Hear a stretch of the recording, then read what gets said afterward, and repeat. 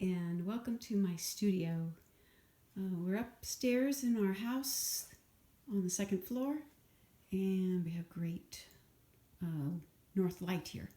So this is the table where I work on my acrylics on paper, and I usually just tape the paper down and work on those there.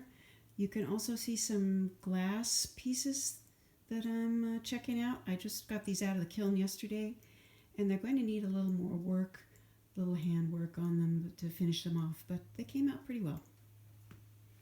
So moving along, here is the light box where I check out my glass, see how it looks under the light. And I also have a little kind of cooking demonstration here of the glass process when I'm building up the layered landscapes. So let's zoom in here on number 1. And this would be the first layer. And I start with a clear sheet of glass, and the frit is layered on as well. It's crushed glass. And I'm building these up the way I would a landscape painting, starting from the background and working toward the foreground. So this would be firing number 2. And there's a layer of thin clear glass that goes in between each layer, so that gives it dimensionality. Layer number 3, moving forward. Layer number 4, which has some thicker tree trunks involved there. And layer number 5.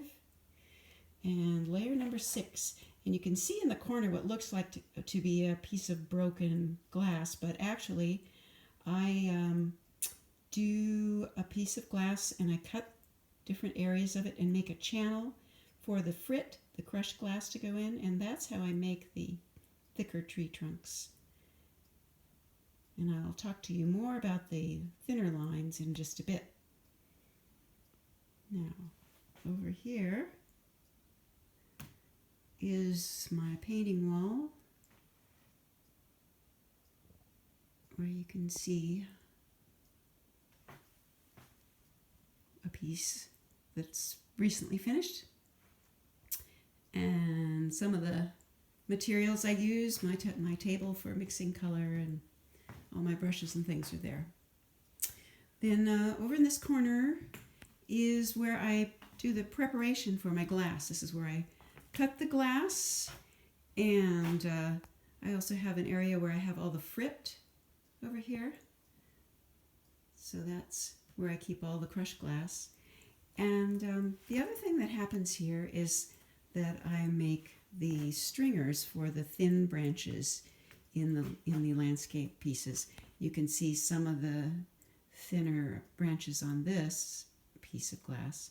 So what happens is that I set the propane torch up and get it fired up, and I take one of these pieces of stringer here on the right, and I heat it up in the torch, and then once it's heated I can bend it and stretch it, and it turns into that piece on the left.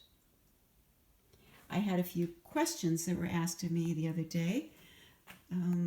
Someone wanted to know when I started working with the glass. And that happened about 11 years ago, and I started taking classes at Bullseye Glass, and it became more important to me to express the quality of light in the landscape, and so working with the glass really opened up possibilities there. The other question was about whether it's different or the same to work with paintings and the glass.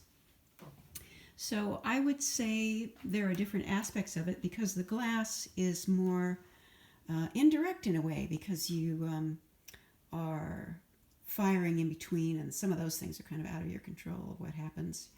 You pretty much know, but sometimes there are some magical surprises. So the painting is more direct, I would say, but they certainly feed each other. The qualities that I can get are very similar, and so you can see that in the paintings there are also spots of color and line work that I'm using. So yeah, I would say they feed each other. So that's a little review of what goes on up here in the studio. I hope you've enjoyed the visit. Come see my show at Waterstone Gallery down in the Pearl District. You can check out our website at waterstonegallery.com, and you can make an appointment, or you can come visit Saturdays and Sundays from 11 to 4. So I hope you'll come and visit. And you can also purchase work on the website through the shopping cart. So thanks a lot, and be well.